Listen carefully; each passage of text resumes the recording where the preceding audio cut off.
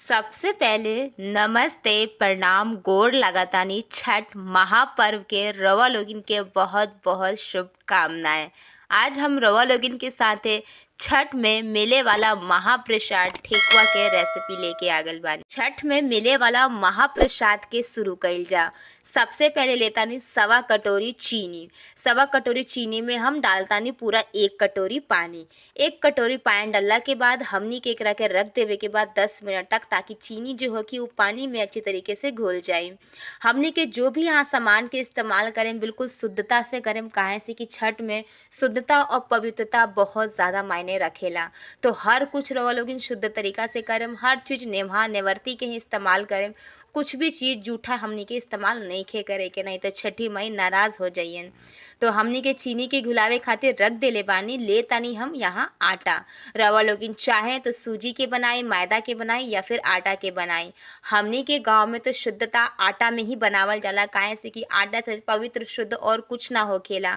आप बेशक रवा लोगिन सूजी मैदा से बना सकतानी, लेकिन आटा में जो पवित्र और शुद्धता बाटे वो रवा लोगिन की सूजी मैदा में ना मिली। तो रवा लोगिन चाहे तो सूजी मैदा के इस्तेमाल कर सकतानी, लेकिन हम यहाँ आटा से बनावतानी। और मोइन खातिर हम लेतानी फॉर्चून ऑयल। रवा लोगिन चाहे तो घी के भी इस्तेमाल कर सकतानी। तो सब कुछ हम नेमहा इस्तेमाल करतानी। तो रवा लोगिन ये मत सोचो कि हम कोई प्रमोशन करतानी। तो हम डालतानी आधा कटोरी के तकरीबन तेल, और एकरा के अच्छे तरीके से रवा लोगिन के देवे के बा मोइन। जितना अच्छा मोइन देम हमनी के खास्टा उतना ही अच्छा क्रिस्पी होखी और बिल्कुल कुरकुरा होखी। तो मोइन देला के बाद जब इस तरीके से हाथ में मुट्ठी बना जाए तो समझ जाए कि मोइन हमनी के अच्छे से दिया गइल बा। जितना भी चीनी के हमनी के घुलावे खातिर रखले रहनी है उ थोड़ा थोड़ा करके डाले के बा। जो माप जो तोल हम रवा लोगिन के बतावतानी उहे अगर माप तोल से रवा लोगिन बनाएम नु तो रवा लोगिन के ना चीनी बेसी होखी, नहीं आटा कम पड़ी, और बिल्कुल मेजरमेंट अच्छे तरीके से बनी। हम पूरा आधा किलो आटा के इस्तेमाल करता है, तो आधा किलो आटा में हम सवा कटोरी चीनी के इस्तेमाल कर ले बानी। ठेकुआ हमनी के परंपरागत मिठाई हवे, जो कि खासकर हमनी के बिहार, यूपी और झारखंड में बनावल जाला। और छठ महापर्व में बनवला के कारण एकर मिठास और खूबसूरती और ज़्यादा ही बन जाला। हमनी के बिहार के महापर्व यही से कहल जाला, काहे से कि महापर्व में महाप्रसाद ई ठेकुआ ही देख सकतानी। सभी के हम अच्छे तरीके से चीनी थोड़ा थोड़ा करके डलले बानी, और सभी के एकरा के अच्छे तरीके से मिक्स करके हम इस तरीके से मुठिया के शेप दे दें। तो रवा लोगिन एक एक करके सभी इसी तरीके से रवा लोगिन के मुठिया के आराम से शेप दे देवे। सबसे बड़ा बात ई बा कि छठ पूजा जैसन पवित्र पर्व में ठेकुआ के मिठास और भी ज़्यादा दुगना हो जाला। और एकर बनावे में जो रवा लोगिन के प्रसाद के बनावे में जो संतुष्टि मिली ना, उ रवा लोगिन के और कुछ बनावे में ना मिली। मुठिया के शेप दे देले बानी और एकरा के एगो परात में निकाल के रख देले बानी। इस तरीके से खास्टा या ठेकुआ बनावे वाला सांचा रवा लोगिन के मार्केट में मिलेला। ई हमार माई बिहार से लेके आयल रही है, तो उहे हमनी के ई बाटे हमारे पास बनावे खातिर। तो सबसे पहले रवा लोगिन ऊपर से थोड़ा सा तेल लगा लेम। इसी तरीके से सांचा पे रखला के बाद हमनी के ई आटा के मुठिया के रखे के अच्छी तरीके से चारों तरफ से दबावे के बाटे, और एकरा के अच्छे तरीके से हमनी के फाटे बिल्कुल नहीं के देवे के। चारों तरफ से दबला के बाद एकरा के फिर हल्के हाथ से रवा लोगिन निकाले।